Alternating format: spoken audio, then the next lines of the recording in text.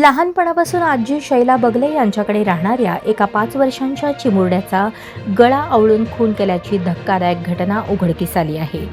समर्थ यालप्पा कास्तर वय 5, मूळ राहणार हलसंगी, सध्या राहणार बर टाकळी असे मृत मुलाचे नाव आहे. या प्रकरणी मंद्रुप पोलीस ठाण्यात गुन्हा दाखल करण्याची प्रक्रिया सुरू असून पोलिसांनी एका संशयित आरोपीला ताब्यात घेतले आहे.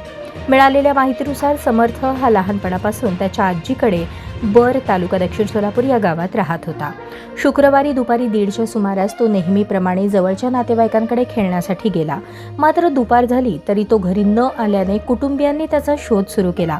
दरम्यान तो नातेवाईकांच्या घराजवळच अत्यंत गंभीर आणि निपचित अवस्थेत पडलेला आढळून आला.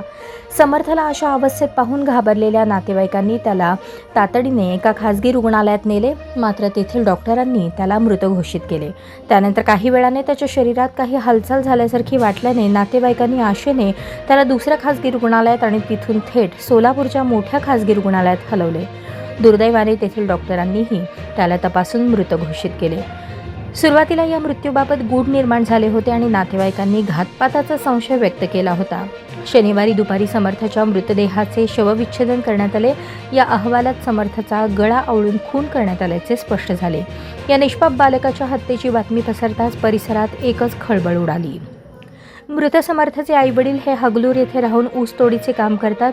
त्यांना एकूण 3 मुले असून त्यातला मधला असलेला समर्थ हा आजीचा लाडका असल्याने लहानपणापासूनच टाकळी येथील बर वस्तीवर आजीसोबतच राहत होता.